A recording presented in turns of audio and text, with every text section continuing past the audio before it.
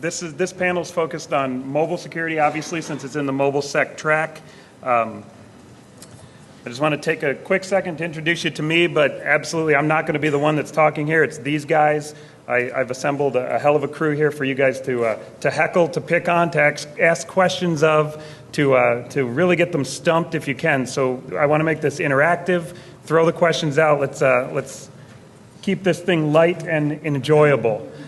So real quickly about myself, I'm a security researcher for Veracode, formerly a penetration tester with Symantec and AtStake. I presented at a number of conferences, and about 2.5 years ago, I started doing a lot of research in the mobile application tier and the mobile application space. So putting that out there right now that I've got a biased lens, I'll try to evenly moderate this panel as best I can, but if you guys see that I'm leaning towards the application layer a little bit heavy, go ahead and call shenanigans on me and I'll try to change things around. I want to take 2 seconds before I introduce our awesome panel here and talk about the concept of the panel overall. So essentially I had this concept of the mobile security stack, which is very similar to the PC or enterprise computing security stack with a little bit of a twist. And I broke the mobile threat landscape kind of into 4 tiers.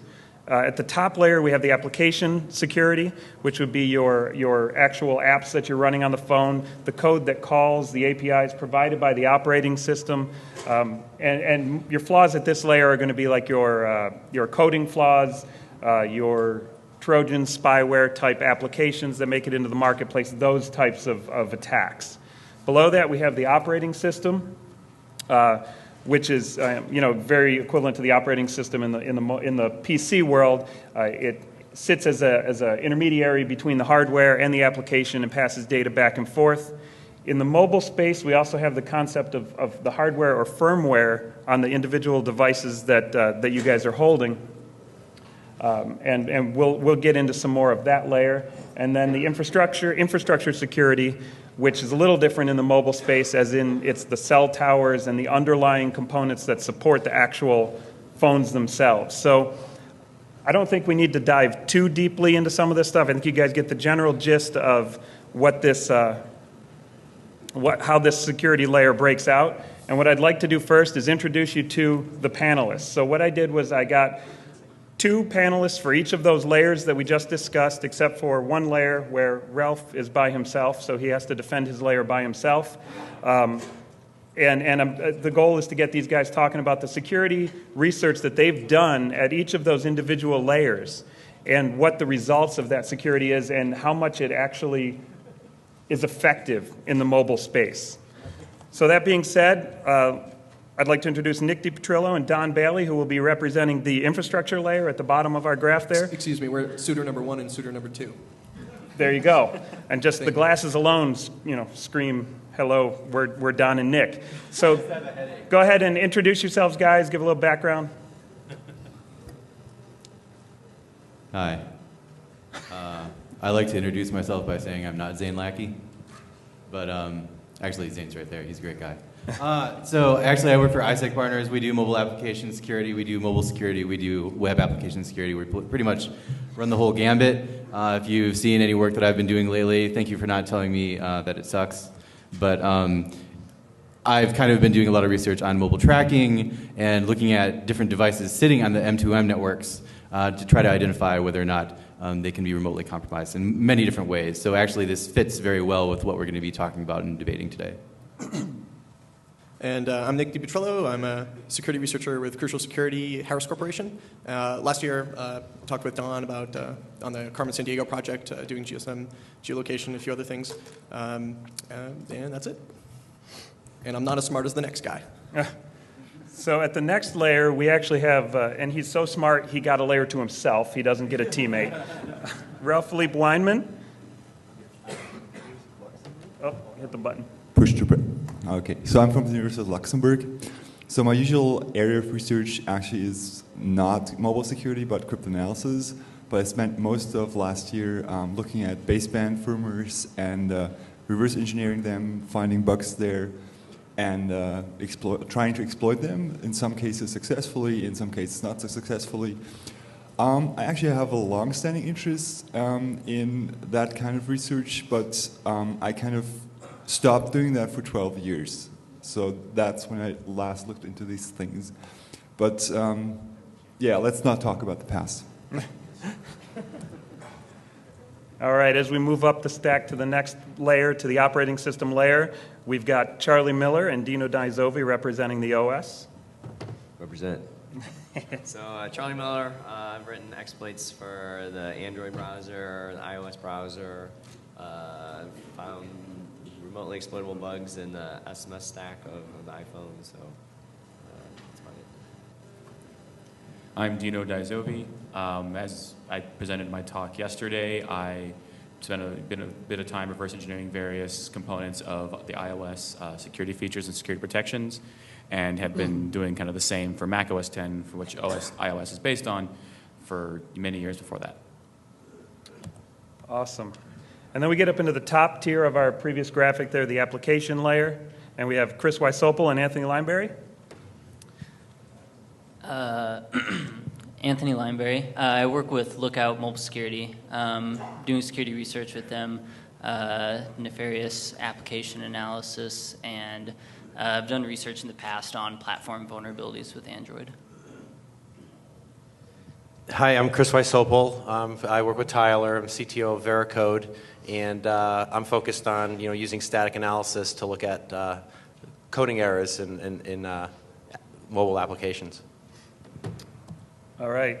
So as you can see, we got some of the best at each of these tiers to represent the research they've done and try to determine which of these layers is the most secure. So the basic concept of the panel, again, is kind of a mixed martial arts, knockdown, drag-out brawl, where the rules of engagement are essentially there are none. They can ask each other questions. You guys can ask questions. I'm going to be monitoring a Twitter fall so that you guys can ask questions by tweeting to BH Mobile hashtag, and hopefully we'll be able to get some of those involved. I solicited some questions leading up to the event, both via webinar and via Twitter. And basically, the end result is to let these guys kind of go at it and determine where you guys need to spend your money in securing the mobile arena. Which one of these layers is the most important to secure first, and which is going to be the most effective. So that being said, are the combatants ready to rumble? Let's do it. We're ready. Awesome. All right. So I have a couple specific questions, and these questions are actually for all of the panelists. But I'll probably just start at the bottom, and we'll work our way up. You guys can start with the first question. Bottom of the stack, not skill set, Don. Come on. I love you too, Tyler. No, Nick, go to the end. I'm just kidding, just kidding. So question number one, we're going to have... question number one, targeted attack or target of opportunity? What are the chances of mass compromise using your layer, and how many targets might I be able to get by using your layer as an attack vector? And what we'll do is we'll start with the guys on the end, but all of the panelists will respond to this question. And you guys try to keep in mind what the goal is here is to determine which one of these layers is the most dangerous in the mobile space. So that being said, Don, Nick, what are the chances of mass compromise? Could mass compromise happen at your layer? Actually, the reason why I brought up Zane at the beginning wasn't just to harass him, but also because I wanted to touch on his research. So my M2M research started out with a thing called war texting, which you may or may not have seen yesterday. It essentially is a methodology for determining whether or not things can be attacked via SMS. And that's, people kind of think of that as an application attack, right? And Zane and Luis Murat did an exceptional amount of work in this space, which is why I brought his name up. So I actually got the idea from those guys, right, and kind of wanted to build on that idea. So I kind of took their work and ported it to M2M and said, how much can I own using SMS? And then I realized that it's actually not an SMS problem or an application problem, it's an infrastructure problem. So you can send one type of SMS that's been pre-designed for a certain type of device, and then all these different vendors own that type of device, but then use it in different ways for SCADA systems or car security systems or whatever. And you can own all of them in one fell swoop because the infrastructure doesn't protect against any of that, right? So I think we win.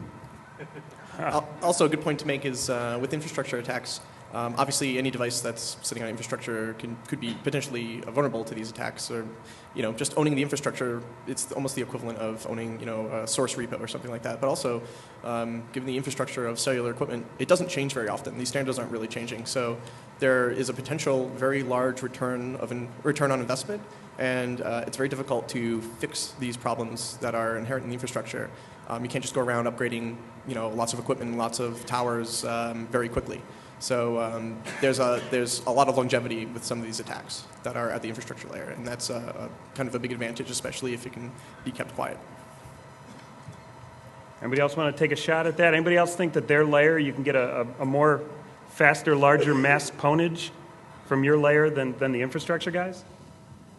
Well, I think John touched on it with SMS. That's really one of the only ways. We skipped over you guys. You can take it. We're hopping right over to the firmware with the apps, but SMS is one of the only things that apps can be sitting there listening on and sort of have to handle them if they're listening to SMS messages. And obviously, apps can send SMS messages if they have that. So I mean that's the most viable propagation vector that I can see. I don't know. Maybe you disagree. Well, if you write an extremely popular application, there's obviously a widespread access to applications now compared to back in like the Windows Mobile days where you just kind of had to download it from a website yourself. Now if you write something that's relatively popular and you get a large install base on that and possibly package an exploit in that, you could have a relatively mass ownage there. Well, wrong. Oh, Well, I think I'll take the first stab at the OS layer. Actually, if you want to look at what is the most possible way to do mass ownage, you actually look at what's already been done.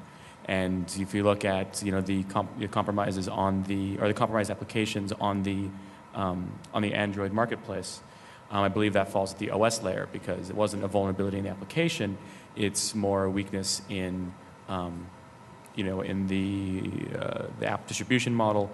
And in the basically the facilities of the OS that allowed these vulnerabilities to occur, that allowed these applications to take over full access to your device. So far in the mobile space, I think that's probably the most mass scale. But you don't have to totally compromise the device to have mass ownage, right? They could just be sending lots of traffic and be DDoS bots. They don't have to necessarily own the whole device to do that kind of mass attack, right? Let's also not forget that when you own the infrastructure at the very top, you can roll down attacks from owning the infrastructure down to any of these layers below infrastructure. That's a potential. So I think so when you're down at the very bottom of application, well, that's where you have to stay. It's very hard to go up. And I just want to point out that he's saying we still win. That's all. Yeah, so here's why you don't win. So for the apps, there's even your very popular apps are on like 10% of phones. Who cares? You own 10% of phones. Wait. Who has Angry Birds on their phone right now? Yeah, does Angry Birds accept SMS Come on, put them up. You know you all do. So Don't lie. It's more than 10%. You're on my team, man. What are you doing? So and where did that app have to come from? Upstream. yeah, so anyway, so the apps aren't distributed enough to be mass ownage. The baseband, you gotta walk in the guy's living room. For the infrastructure, there's so many different carriers, so much different equipment, you're not going to mass own everything. It's the OS level. There's 3 or 4 OSs. You just find a bug in the way they parse SMSs. Wrong. Every phone. So I wish I would have never said wrong when someone else was talking. Yeah, I know. And the reason why is because with firmware over the air, I can now push a new operating system to everybody. So, Can you push an operating system to my phone right now? well, I could if I own the infrastructure, but because I'm not a BlackHat, I totally can't. Well, I would like to ask, as a malicious application, as a malicious application, I mean, what do you care about getting? You care about exfiltrating data from the phone, contacts, SMSs, that kind of stuff. Do you really need to own the phone at the OS layer to do that, or can you just request permissions to grab all that stuff and secretly send it out? Or, I mean, possibly even just using other things like the fact that applications are logging all of that stuff to the system logs and pulling it from there. I think that's a weakness in the OS if it lets the apps do that. So wait. So apps shouldn't be able to access contacts. Apps should not be allowed to access any data whatsoever. I'm going to take a second here. So it's a weakness in the OS, or was that an ingest? No, I do think that where I differentiate the kind of the OS to application layer Yeah. is in where the application, in what the OS lets the application do. So if the OS is too permissive to applications, I believe that that is a weakness in the OS. And here I'm going to put on I'm an app guy hat and help the app guys for a moment. So it's where you're drawing that gray line, but what if the application needs GPS, or what if the application needs contacts and you piggyback with a third-party library, like an ad library, that's pulling GPS coordinates and stealing that GPS information, or pulling your contacts and sending that outbound. That data exfiltration, now granted, it's sending it to an ad library, but I'm using that as an example. So If I may hijack the conversation at this point, I don't mean to speak for Dino, but I think that you're saying You're free to gray speak for me. line, right? it is a gray line. There there's is no gray doubt. line. It's not a gray line. We work in bits, dude. It's 0 or 1, right? So when it comes down to it, there is an API, and the API is either facilitated by the operating system or it's facilitated by the app, right? And I think what Dino's saying is that if the operating system allows those changes to occur, it's an operating system problem. That seems pretty black and white. If Right. So how does the operating system stop it? How could it stop it? There's this awesome thing called, well, for a variety of things you can stop with things called like security barriers. There's a variety of ways you can implement these, like sandboxing permissions. Like, for instance, we could say, I do not wish to grant applications the ability to turn on the microphone when the phone's in my pocket. But you know, if that's allowed by default, I consider that an OS weakness. And so, you know, I think the point that you raised was more of a privacy violation, and those are harder for the operating system to have visibility Right, that's where I was into. going, yep. So, but for instance, something like, you know, accessing GPS data, it's pretty easy to grant only GPS access to selective applications, or take a different model where the whenever the application uses your GPS, the user is notified with a small little icon in the upper right of the screen. So if I'm playing Angry Birds and all of a sudden that little icon comes on, it's like, why does Angry Birds need to know where I am? And so this might alert the user to that, and then let them restrict permissions. But actually, I'm going to argue for Apple in this one. Oh, here we Users should go. not be allowed to set their permissions on their apps, because as we have found in many cases in security, often basically, you know, you give users too much, like, the arbitrary ability to say, yes, I want to allow this app to spy on me, and they will say, oh, this app is spying on me, why did I, you know, complain about that? So I think that a sane set of restrictions that make running a mobile app that you download from the App Store as safe as going to a web page is where mobile security needs to go. Gotcha. And looking at the Twitter fall here too, one Mentat Hey, Tyler. has a question. Hold on one second. One Mentat has a question. I think, and it's a good point to this, is what's the goal of the ownage? Is it just to steal the data, or is the goal of the ownage, you know, something a little bit lower layer? And I think that might play into. I think we need to hear from the people who invented GSM hacking, the Germans. So All right. I like to question the assumption that mass ownage is superior to targeted attacks. I mean, mass ownage has collateral damage, right? And I think that targeted attacks are the more dangerous thing here. And that's why I think that my layer should win as well, because this is I mean, sorry, but I mean, it's targeted and it's stealthy. So all of the other guys will have plenty of logs that people can analyze and do forensics on. So that actually brings me to the next question. Which layer is going to be the best at a targeted attack, and how would that work? Great segue. Okay. So on the baseband layer, I agree, you have to be not in the living room, but within the same city if you have enough power, right? In terms of output power for the radio that you operate. However, the thing is that basically nobody at the moment can do forensics on the firmware level. Nobody that admits to, right? So there might be people in this country's government who are able to do that, but thus far I haven't heard of any. If you do it correctly, all of what you're doing will stay in RAM, and you will not leave any. You will basically not leave any footprints thereafter. Whereas, if we're talking about the infrastructure attacks are very nice. I actually question that he can really push a firmware update, because I think most of the operators have problems with that as well for most of the phones. The carriers can't do it. How come they can? The other thing is that for the phones that support these features, the firmware updates are signed. So yes, there are some attacks in that space, but there's more involved than just hacking the infrastructure here and pushing something. You actually have to do you have to do some cryptanalysis or find bugs in those update things as well.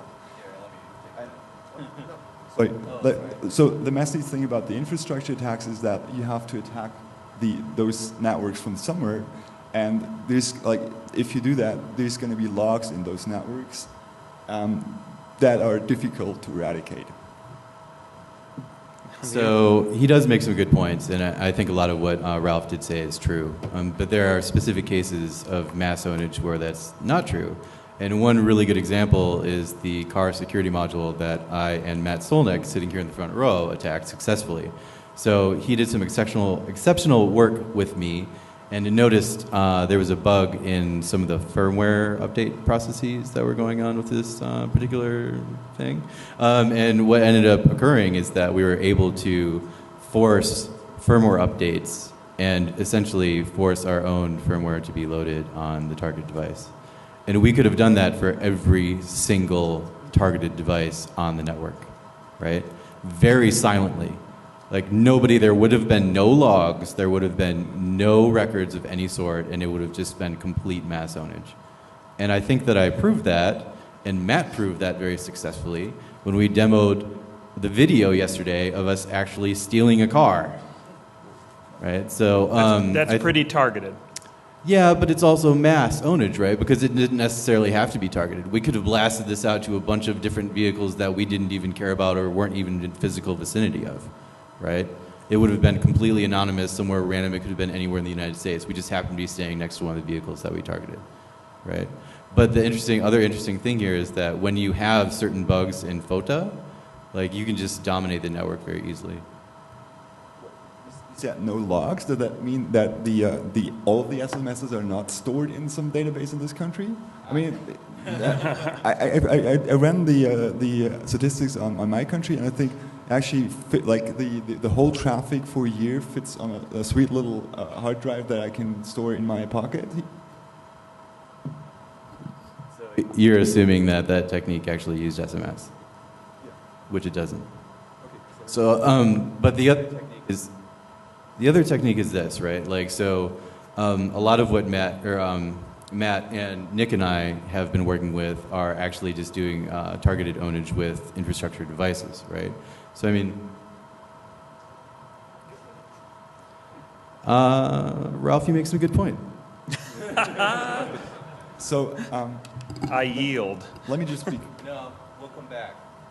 So you're not using SMSs for the car research that you presented yesterday? Or you not? You can't talk about that. Well, okay.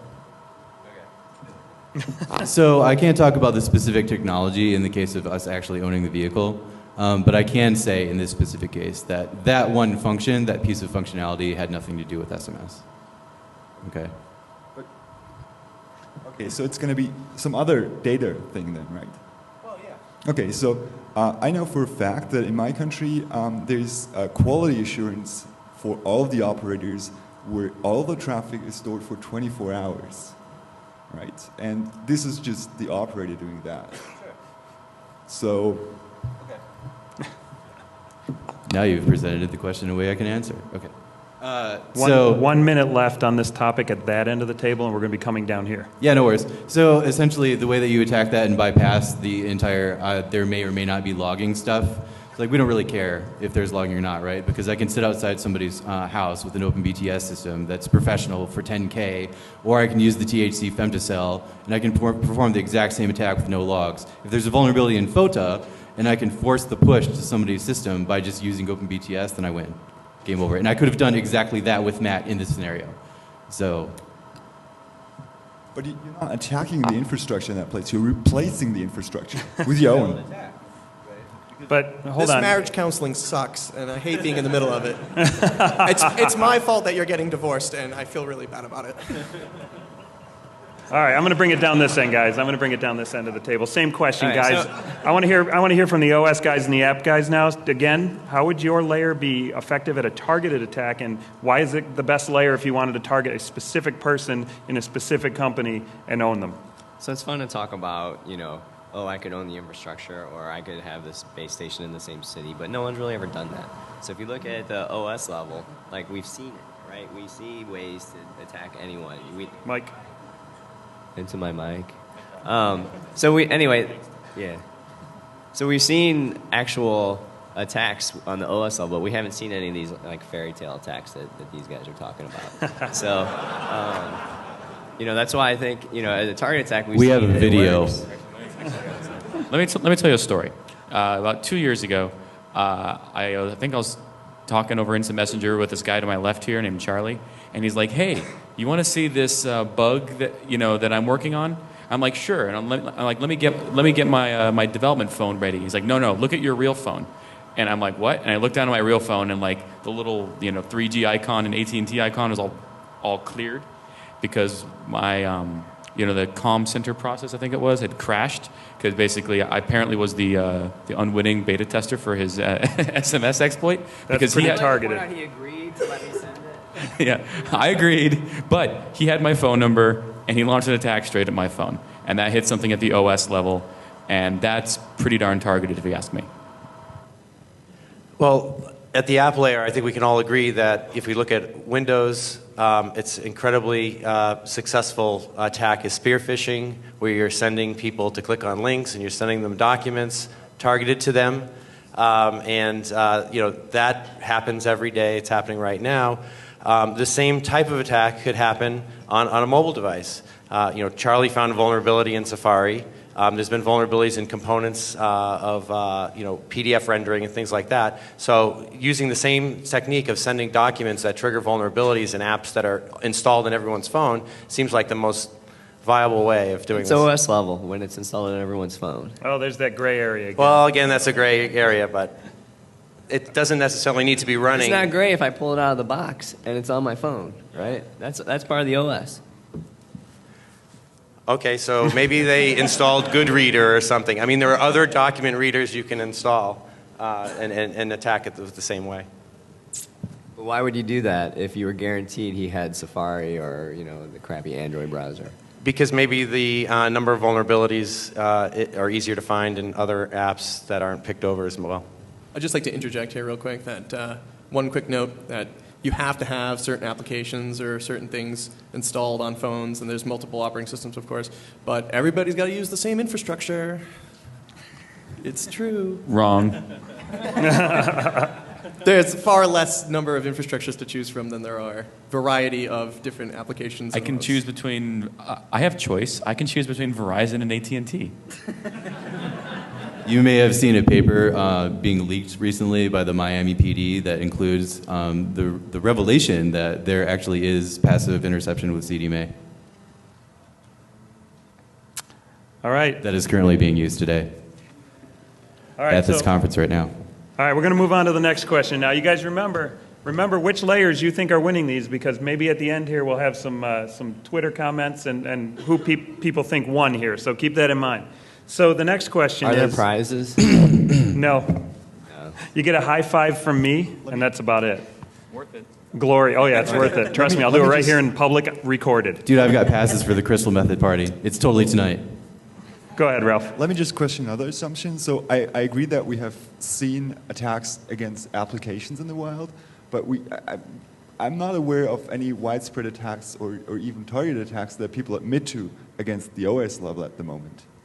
That's a good point. Maybe That's a good point. people are not speaking about it, but it's like comparing that to targeted attacks against Windows is like that's two different worlds. Charlie Miller is a targeted attack against the OS level. All right. We'll go ahead and move on to the next question. So realistically, and again, I'd like to start down at that end of the table. I'd like to start with Ralph on this one, however. What data can an attacker access if he were to successfully compromise via your layer? Can he access all data? Can he access a limited subset of data? What we're talking about here is loss potential.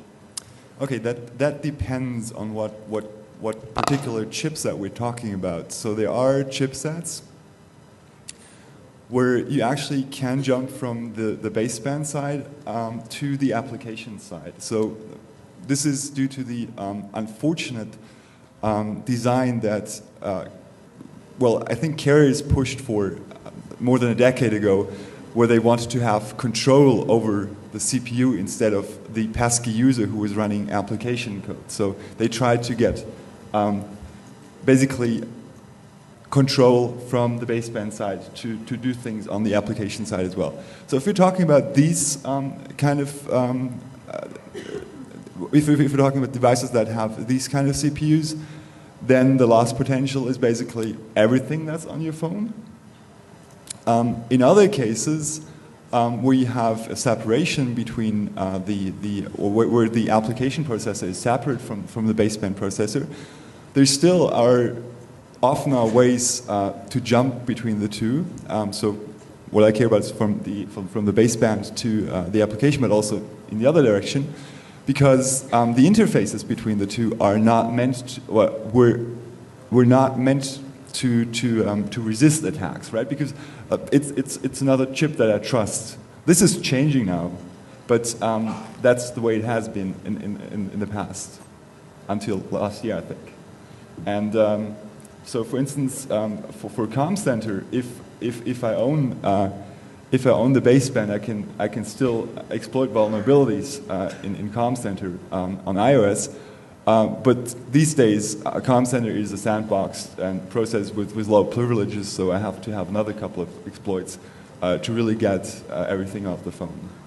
So from what you're saying, then you need kind of a double layer attack. Then it's not just your layer, but it takes a couple layers together in concert. Yes, but actually, I mean, it's not just about the data that is stored on the phone. I mean, you're carrying around these devices all day, right? So, and they're basically in your environment, and maybe you care you care about your environment not to be listened to over the air. So, so these are valid attacks as well. So the loss potential is not just about the data that you store on your device, but it's also about the privacy that you have. And this may actually be more important for some people, because they know I'm not going to store anything important on that device, but they may forget to turn it off or put it somewhere else when they're in a situation where they're discussing things that should not be open to the public or to attackers. OS guys, I think this may be a stupid question, but what can we get at through an OS layer everything. attack? So Ralph's trying his hardest to get to our level, and then he can get everything, because we're already there, we already have everything. So we have all the data, we can do, spy on you, exfiltrate data, we can turn it into a Bitcoin mining device, whatever we want. So we win this one for sure. What he said. Apps or infrastructure you want to play at this level? So, I mean, yeah, we're kind of at the other end of Ralph here, where we do still have to use the APIs to access all of that stuff. But at the same time, it's pretty easy to trick a user into permitting your application to do whatever you need to. I mean, my mom's not going to care what permissions an application's asking for. She's going to be like, yep, I'll do it. And then at that point, you have access to whatever APIs let you. But if the user is able to give the application full privileges to read all their users' data, I think that's a weakness in the OS. So you're looking for the loss potential? But I mean, you can present your application as something that has legitimate uses for that. I mean, those APIs and that data are there for people to be able to create cool applications to do stuff with that data. Like antivirus applications? Yes.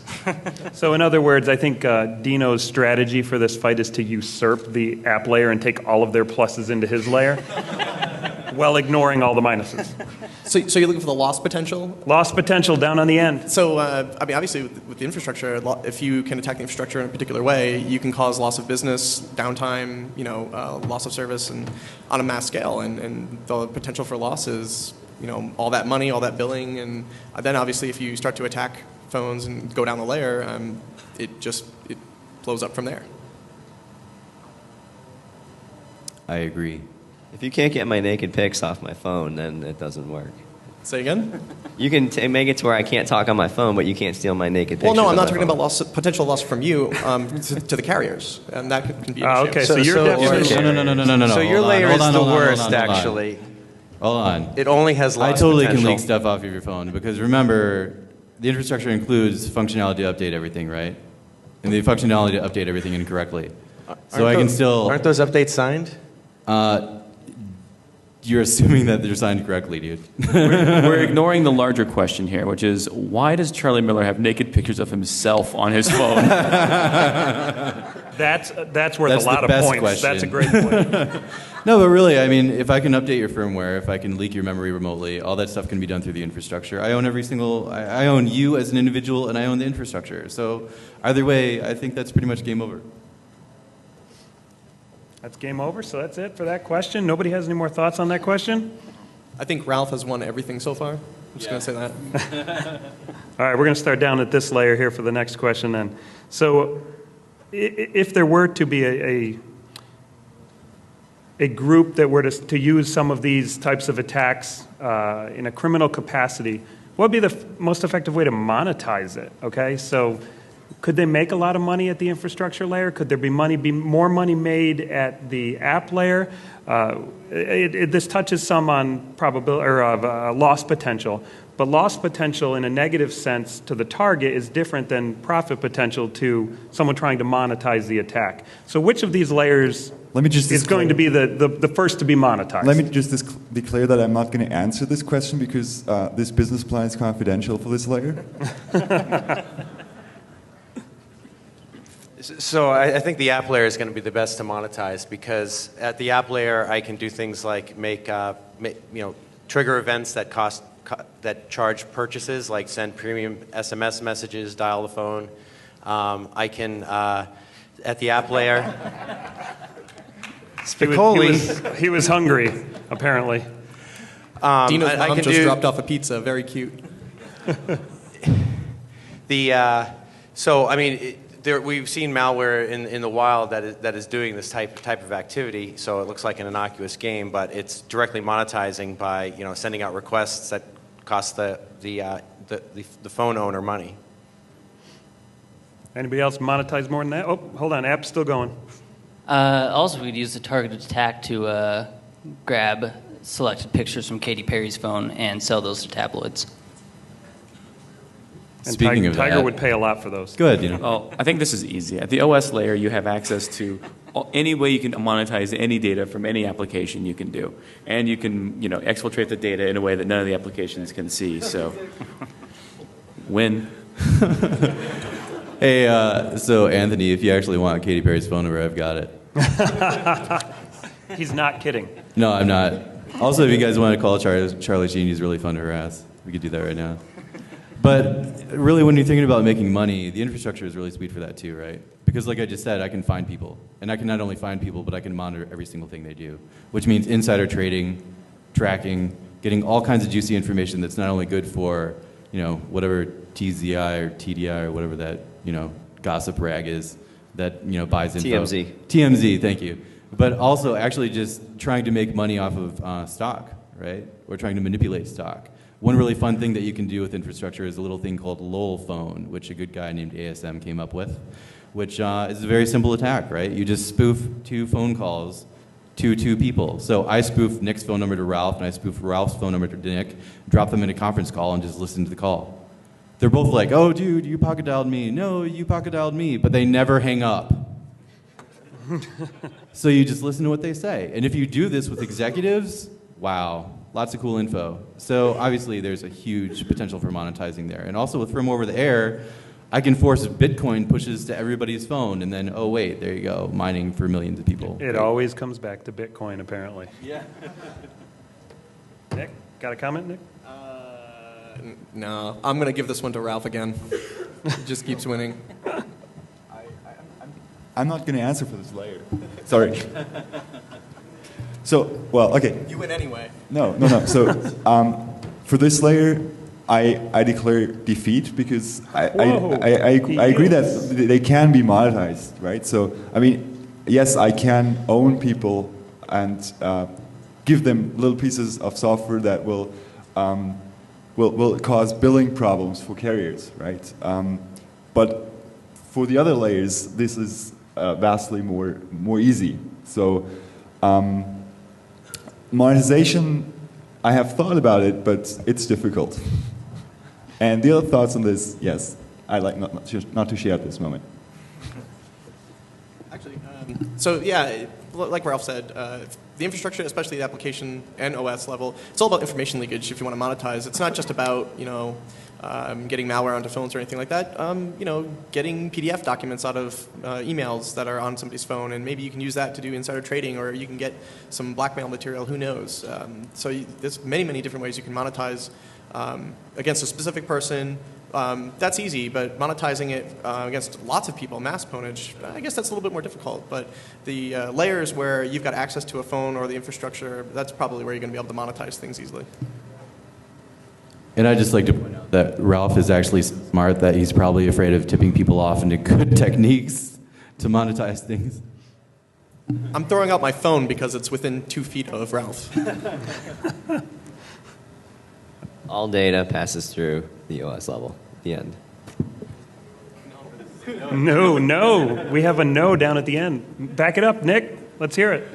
All information passes through the infrastructure that has to get to the OS to actually reside on the phone. There's this thing I heard of. It's called, what's it, cryptography? Yeah, and cryptography actually comes from the infrastructure and can be broken, right? So, hey, because where do the keys come from? The keys come from the infrastructure. No, not always. Like OS and app level cryptography, where Well, sure, app level. But if I can push new operating system code, then I can still win. You can't push a new OS to my phone. It doesn't support that yet. Well, yet.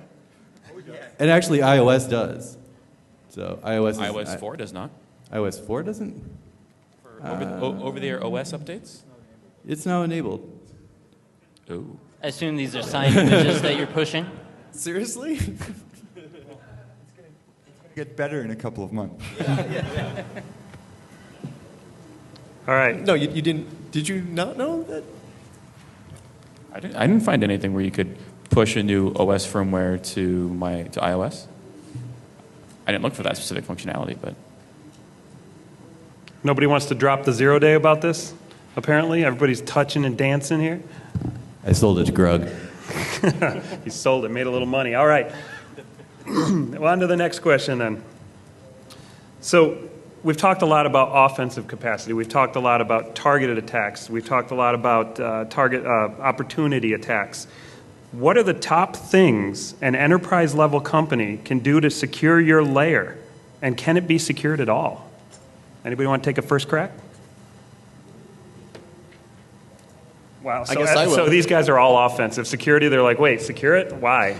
So I'm going to say that the app layer is probably one of the hardest parts to secure because everyone wants to let everyone download whatever they want onto their phone.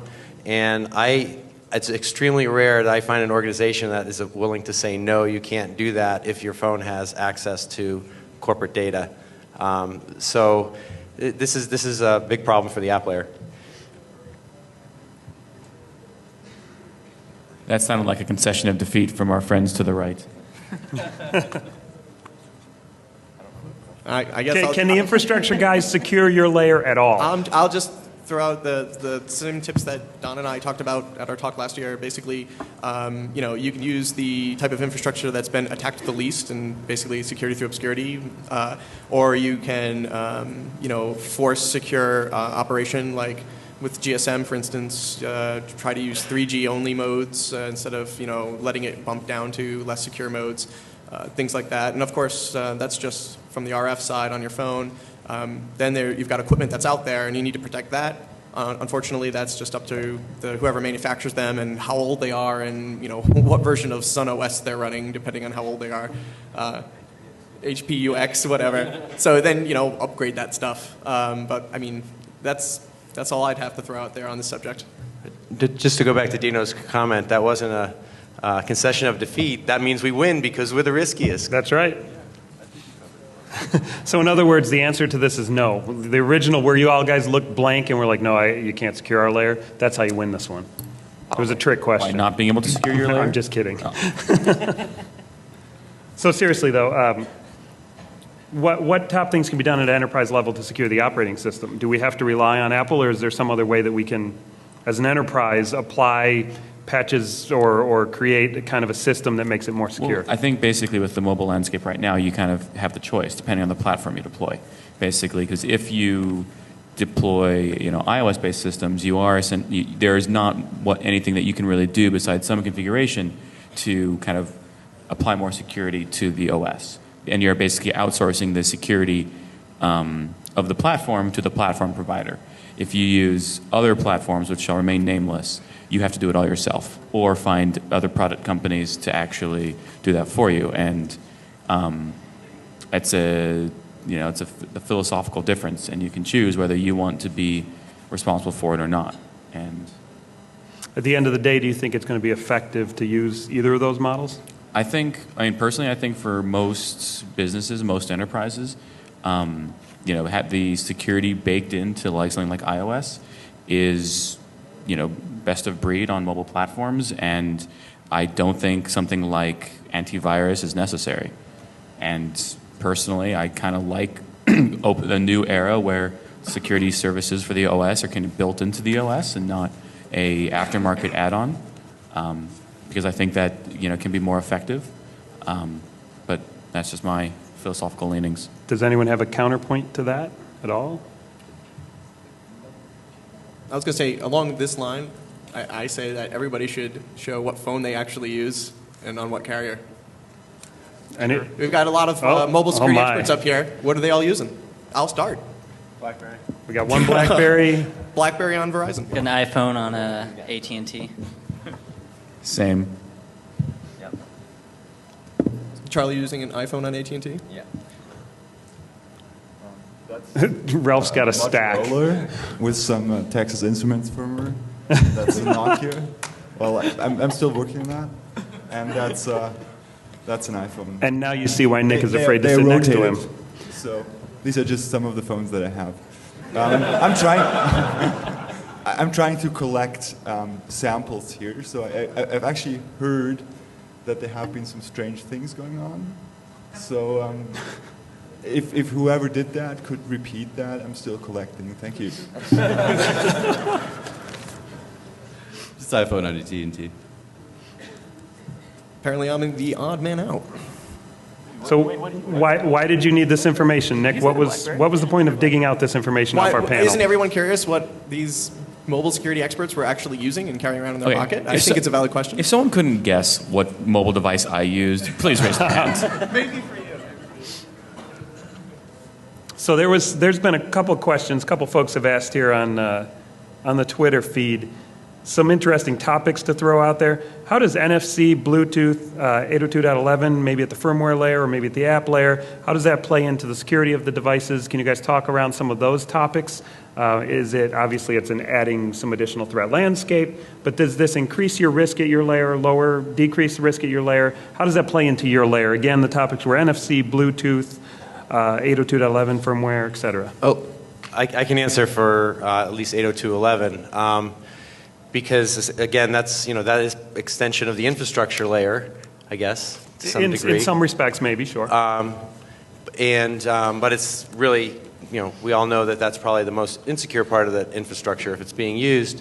And so if the app developer hasn't written his transmission security correctly and is using SSL and checking certificates and looking for downgrade attacks and things like that, then his app is going to be transmitting data in the clear. So 802.11 definitely is, if you're using that with most apps, it's adding some risk.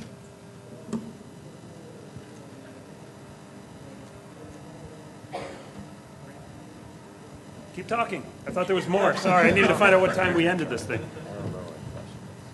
Anybody else? Is NFC playing to any of the other layers? Is there any risk with 802.11 for you guys? So almost all those things actually get handled by the OS, right? So if there's a bug in the Bluetooth stack, that's going to end up that's part of the OS. So all those things are added risks at the OS level, I think.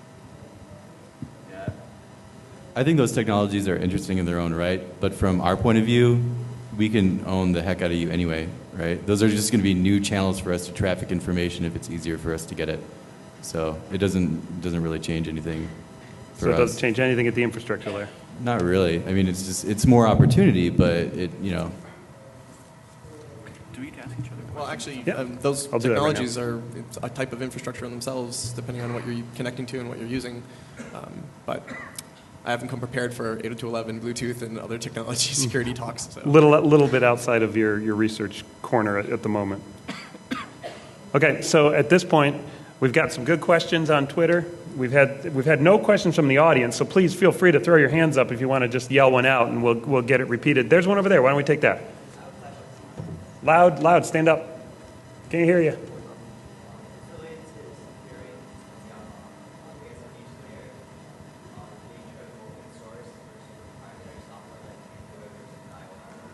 So the question was the nature of Android versus iOS, or open source versus proprietary operating systems, and which one might be more secure and which one is better. And I guess that across all layers, if you guys can play in that arena, but clearly that's a good question for operating systems. Actually, if I can jump in here, Yeah, go right I ahead. actually think this is a really interesting question for the baseband, right? And I think I would actually like to get Ralph's opinion on this, but I think that open sourcing the baseband might be actually a really good thing. So there's opportunity for a lot of vulnerability research there, but you can minimize it the more eyes you have. And I don't know how well that's worked. The guys on the operating system side, maybe you can chime in on that a little bit. But I would actually like to see some of the baseband stuff open source. I don't know how much of an impact it would make for a positive side to security, to actually secure those operating systems or those flash operating systems. But it sure would make my life a lot easier as an attacker. Are you sure we want to open source code written, 20 years ago or 15 years ago or whatever the baseband was written? Well, that's the whole point, to get it. The whole point is in open sourcing is to get it actively developed now instead of using 20-year-old software. So Gotcha. I should have clarified that. Thank you. Mm-hmm. So there is open source baseband firmware for GSM. It's a project called OsmoCom BB that is led by Harald Welte. So this is a good approach to securing, but I don't think open sourcing the big stacks will easily work because there's a lot of IP involved in all that. Sure. So and the companies who are involved in that market will not open their source code to outsiders. But also the question is whether there really are a lot of people that are capable of securing these things outside of these companies, because I mean, it's not just memory corruption vulnerabilities that are maybe harmful, but it could also be things in the state transition machine which could be harmful to the user privacy-wise. But those things will not be easily visible in source code, even they will not be easily visible to people who have worked in that field for a long time. So yeah, more eyes is good, but it doesn't always work. Sure, but do you think it would help facilitate the process? It would help facilitate the process, yeah. Okay, let's move it up to this layer. Let's move it up to this end a little bit. Stop fighting, guys. Well, that was the point, Nick. This is a fight. Come on. So let's move it up to this layer a bit and talk about open source versus proprietary software and the security of each. So I don't think it really matters if it's open source or proprietary, because there's plenty of really well-written proprietary programs out there and plenty of good open source ones, and there's some really shitty open source ones and some shitty proprietary ones. So I don't think that's really the issue. Like for us, like if you look at Android versus iOS, I mean that's a different story. So like Android's worse, but it's not because it's open source. It's just it's not as good. Actually, I want to use this opportunity to take a quick survey. So raise your hand if you use a open source based operating system or an operating system that has a large portion of open source code in it. All right, so let's keep your hands up. Okay. Now, keep your hand up if you have ever read at least one component, the source code for one component in that OS, like actually a sit down reading, like an audit, or just trying to figure out how it works. All right, this is a bad audience for this. Yeah, wrong target audience, Dino. I know. That's refreshing, at least. All right, so we're going to open up to the panelists. Do you guys have questions for each other? Do you have some things you'd like to ask? I have a quick question for suitors number 1 and suitors number 2. If you were to take my phone on a date, where would you go? First, I would take it down to the Brooklyn Bridge, and we'd go to one of the restaurants down there, and then we'd have a threesome with Anthony. Now, do you guys have any questions for each other? Are there any more questions? I do have a question. Yeah, go ahead. Real quick. For the hardware, you know, the open sourcing of the bootloaders that have been coming around with, I believe, HTC. Do you see that as a good thing or a bad thing? Or what are the pros and cons for that? I mean, I've thought about it myself and come up with different pros and cons, but I wanted to hear from the guy that I consider to be winning the panel anyway. I considered that as a very good thing to happen. I mean, so yes, let's start with the bad side first. Enabling people to have their own firmware running on devices, of course, makes a device more vulnerable to be rootkitted, right? But at the same time, giving people the freedom to run their own firmware also allows them to potentially fix bugs themselves. And this is an important feature for when you have to secure your devices beyond what the vendor does, right? So I think that's where we were before when Tyler asked what an enterprise can do to secure the infrastructure, the baseband, or the application side, or the operating system side. And I mean, we see this at the moment with iOS, right? So iOS is pretty locked down, and if you don't have a way to install your own software, and the next font bug comes around, well then you basically have to wait for the update from Apple.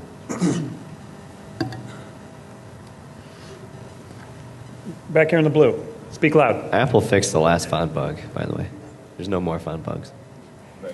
Go ahead. If I had a limited supply of money, where would I throw my money at for things for the buck and risk the money? Okay, so to repeat the question for the camera, if I had, and actually it's funny, I have that exact question written down. If I have X number of millions of dollars, what layer do I put it at? How do I put it there? And what's going to be the net effect of it? You would go to China and pay off some dude in the semiconductor factory, and you would insert some hardware backdoor, and then you'd go to the OS layer and trigger it or something. I have X number of millions of dollars to secure a layer. To secure it? Secure I'm not a answering layer. this question. What the hell? Do you like how my brain worked there? I think the best way to spend that Screw money this. is as hush money to Charlie Miller, and Yeah. he would give Yes. me 10% fee of that or something. Come on, guys! You're a corporate enterprise CIO, CTO. Okay, and if you had a millions $2 million. of dollars, You have a $2 million budget. Where do you put it, and what's it do Replace for you? everyone's phones with 4G only in the world and replace all the infrastructure. That's the only thing I can say for the infrastructure. Are you saying the infrastructure people concede here as far as enterprise being able More to or spend less. money? Okay, so they're out of the equation for this question. Because it's unrealistic. Let's move up the layer. So if you're a CIO at a company wanting to secure your phones, throw a lot of money at it, you're probably not going to have much influence on the platform or the OS itself. So you're probably going to have to start looking towards third-party applications that try to tackle those problems. I agree with that. I mean, that's the only place that an enterprise security executive is going to be able to control, really. So one way you could spend your money is basically whitelisting applications and reviewing applications and making sure that only good applications are getting put on your employees' devices. Any other layers want to even play in this question? Can you throw $2 million at your layer and make it secure? Or are you pretty much screwed? I think you can. So there actually are companies at the moment who are licensing baseband software and trying to make it, to strip it down to the bare functionality that you need for secure phones, and are producing these kind of phones. So I'm not sure what ballpark we're talking about here, but that's probably going to cost like in the tens of millions of dollars. But it's a one-time thing. So if you have this done, then other people can buy that. Gotcha. Hopefully that answered your question. Let's go right here in the white. So as a corporation that's looking to expand their mobile usage, their mobile infrastructure within their corporation, one of the things that we came across in looking at our requirements was, who cares about the mobile devices? What does it matter? Whether it's Android, whether it's iOS, whether it's BlackHat, who cares? The thing that we're interested in is the data. How does the data get on the device? Whether it gets owned or not, I don't care. If there's data on there, then I care. So is that an approach that's effective in terms of ignoring whether it's an Android, whether it's an iOS, whether it's a BlackBerry device or any other device, but instead worrying about how your data moves in and out of that infrastructure? So just to repeat the question for the camera, the hell with anything except for how my data comes in and out. Does any of it really matter? Does the operating system choice matter? Does the carrier choice even matter? And all you really care about is the data inflows and outflows. Anyone want to care to comment on that? Well, I just don't see how useful a device is that doesn't have, any data on it, right? So your email is there, that's data. Attachments is data. You're going to, internal websites in your company, that's data. I mean, for the device to be useful in the enterprise environment, it has to interact with enterprise data. So, I mean, then you're stuck with data on the device. Now you have to think about, does the OS choice matter? Do other security controls on the device matter? Right, and in your opinion, Chris, does the OS choice even matter? Yes, I agree with my esteemed OS colleagues. There you go. He defers to the OS layer.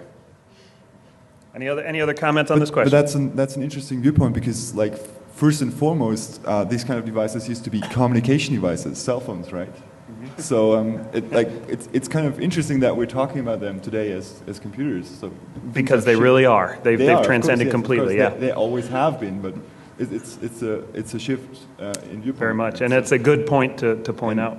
Like 10, 12 years ago, I couldn't have stored like 16 gigabytes of data on these kind of things, right? Yep. It was just like a couple phone numbers, that's all. Nobody over there. Go ahead, Green. So most of these devices are all based off of ARM core processors. Among those processors are additional security features such as trust zone, MShield, secure MSM. But for the most part, none of the operating systems are even using any aspect of this, with the exception of the encryption engines, the AES, RSA, stuff like that. Do you think that that's a mistake by the OS writers, that they should be taking better advantage of these features, or do you think these features are redundant, don't really provide very much? Too long to repeat. Go ahead. That's an interesting question. You're correct. These kind of security features are not being used except for sometimes securing things such as the bootloader. But that's about it. But I think that's because the same things can be provided on a higher level usually. And I mean, so why would you want to use Trust Zone on such a device to prevent tampering with the firmware? Or what's the goal? I mean, what's the attack goal here? Well, Trust Zone, just from what I read on it, granted it's kind of limited because ARM doesn't just throw out the information. Yeah. But it provides a segregation of memory and components on the chip. I know, no, but like, what would be the motivation here to use Trust Zone that you can't do like on a higher layer? So to secure the firmware on the device that it cannot be like flash or something else, or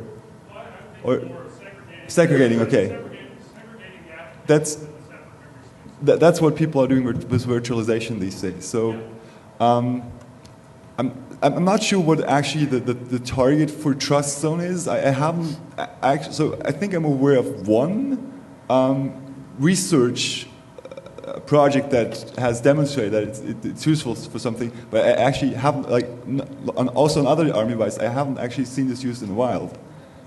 So yeah, I'd say it's really not that big an issue because phones are more locked down than like PCs anyway, just by the way they're architected right now. And so, I don't think, I mean, since they're already designed more securely to begin with, I don't know if we really need to use all the features that are available. Okay, I got time for one more question, and then I gotta have these guys close out. You gentlemen, you've been waiting. So when you guys are looking for things that possibly you could exploit, what is your mindset or what triggers go off in your head looking at out of the millions of things that you could look at, different source code, different apps, what kind of characteristics or things go off in your head and say, oh, this is what I'm going after, I should see it right? In my opinion, the challenge, personally. That is my qualification for it.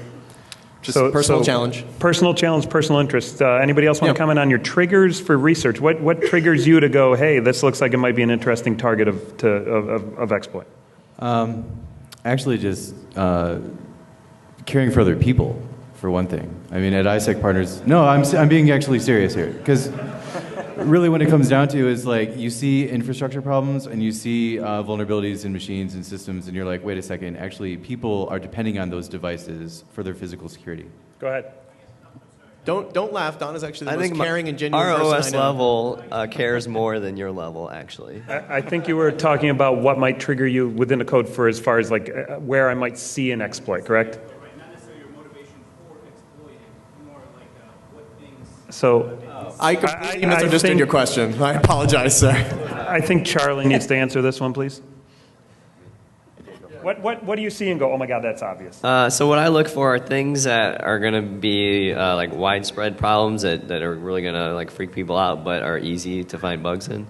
So it's like a balance. And there's some things like finding the Apache 0-day is awesome, but that's too hard. So you want to find something that people are going to care about, but isn't so hard. And that's why I looked at Apple for a long time. But now they're actually getting hard, so I got to find something easier. Now that I understand the question, Android? it's actually just emerging technology, right? You want to be at the forefront of whatever's new and interesting that people are building businesses on. All right, so we only have about 3 minutes left, guys, so I'm going to give you guys each about 30, 45 seconds starting at the infrastructure layer and come up to close. Comments, why is your stuff the most risky? Why is it the easiest to secure? You got 30, 45 seconds to close. When it comes to infrastructure can, a lot of things qualify as infrastructure. So, like I said before, it's actually the hardest to secure. That's the point I'll say is it's very hard to replace a lot of this equipment. And remember, this is all based on standards, and there's a lot of backwards compatibility. There's a lot of phones out there. You got to remain compatible with them all. And unfortunately, there may be some weaknesses in this infrastructure, and there's not much you can do about it without breaking a lot of the compatibility. So, I'm going to say, if Don wants to say otherwise, that we're probably shit out of luck when it comes to trying to secure stuff. I just want to further qualify that by saying slow. It's extremely slow to update anything on our level. Right? And to close out, like with all the 4G technologies coming out, that's vast improvements. So there's progress. Similar thing on the baseband layer. So the problem is that once a phone is shipped, it's basically it's out there, and you have to assume that it's never going to be updated, and all of these devices are around. Also, the problem is that it's really hard to filter on the GSM level. Like you would have to sit between the device and the infrastructure to actually to filter messages that you deem malicious. People are trying to do that, but I still have to see how these solutions work in practice.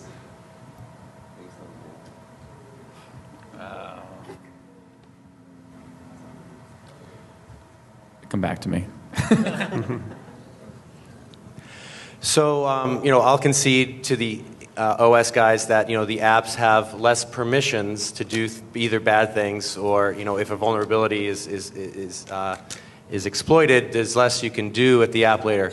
But the app layer is still the riskiest because there's the most potential vulnerabilities, because there's the most amount of code. The code is changing all the time, and the code can be installed by the user, any time. So there's more new code, both that is a potential malicious injection point, or where malicious behavior coming onto the device, or more vulnerabilities coming onto the device. So that's why it's the riskiest. Actually, here's how I'll wrap up the OS thing. The single most important and powerful security decision you can make is which platform to use to hold your data. So, for instance, like what can I as an enterprise or I as a consumer do to affect the infrastructure? Or the baseband chips. There's not really much I can do, but I can choose the OS and like the platform that I'm gonna, deploy. All right, and as the moderator, I get to declare the winner. Ralph. And I'm not going to declare a winner. Ralph. I'm going to declare the winner is you guys for having researchers like this Worst to do the work. So you guys can fight it out later. I guarantee you these guys would love to talk to all of you, one in turn, to discuss this in more depth. But really, I do want to thank the panel for their time, because they put a lot of time and effort into kind of understanding where we were going to take this panel. So hopefully you guys enjoyed it, and give them a round of applause, please.